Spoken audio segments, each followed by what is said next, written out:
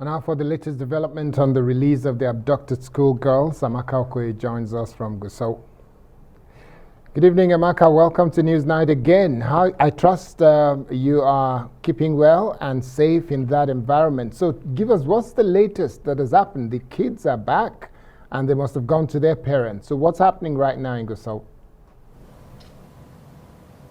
Yes, Kaede, you're right. We're keeping well and safe. Thank you for asking.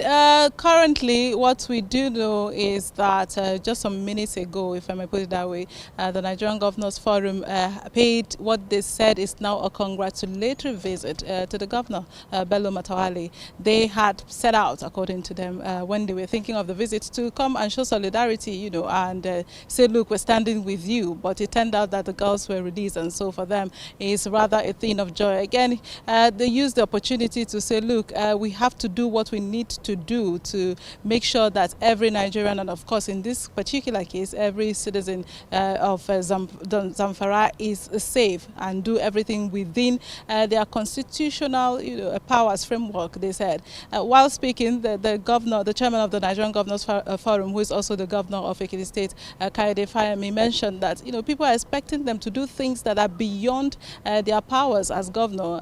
That way, kind of alluding to the fact that there are certain things that they really cannot, that's not under their control. And so he called again on the federal government to, show its might, as it were, in all of these cases of insecurity, of banditry, herdsmen attacks that we've seen in recent days. So that's more of the latest thing that has happened. We still do know that the girls, Kayode and Ngozi, they've not been reunited with their family. As you do know, they are still kept in the governor's, the lodge that is in the governor's house, the state house rather. So they've not been able to meet with their parents. That was part of the things that kept us in Jengebe, because we thought they would eventually come back to the school and be reunited with their parents, where we saw teachers, family members, religious, traditional leaders rather, and some school members standing to wait to welcome them. But unfortunately, that did not happen. So as we speak, they are still in Gusau and not yet back to Jengebe, Kayode. AMAKA, very quickly, exactly why are they still in the governor's house? Does it have anything to do with maybe some kind of psychological help or psychiatric help for these children? And beyond the assurances to protect these kids and all of that, any action plan to make sure that these schools are secure in a way that these kids can go back to school?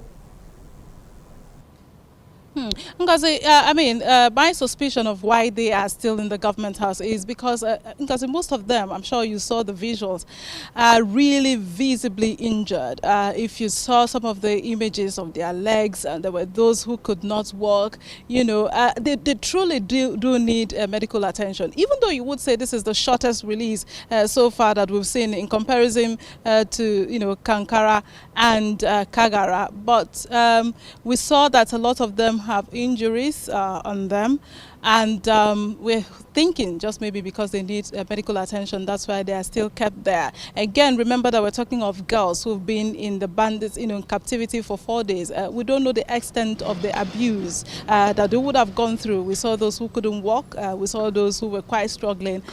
So it is hard to say, but our suspicion is more of getting medical attention before they can truly go back to their family. Even though, yes, the chairman of the Nigerian Governors Forum, Kayode Fayemi, mentioned during the Governors Forum that the girls are, well. AMAKA OKOYE there for us in Zamfara. Thank you so much.